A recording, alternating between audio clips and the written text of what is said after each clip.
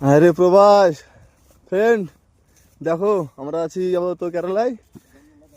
জঙ্গল দেখো, এটা হচ্ছে তোমার এখানে অনেক রকম জীবজন্তু আছে, সাপ, হরিণ, খরগোশ, তারপরে আর একটা কি ওটা খরা,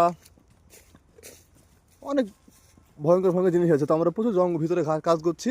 এটা কফি বাগান, কফি, যে কফি খাওয়া কফি, এটা কফি দেখো কেমন হয় কফি। এটা প্রচুর অনেক অনেক বড় বাগান, সরকারের এটা সম্পূর্ণ। কত গাছ ঝুলছে দেখো।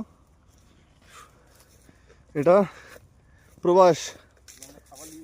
এখন আমরা খাবার নিতে এসেছিলাম, এই তো খাবার নিয়ে যাচ্ছি। আসি আমরা 15 জন, বাকি 13 জন ভিতরে কাজ করছে। আমরা গেছিলাম খাবার নিয়ে আসতে।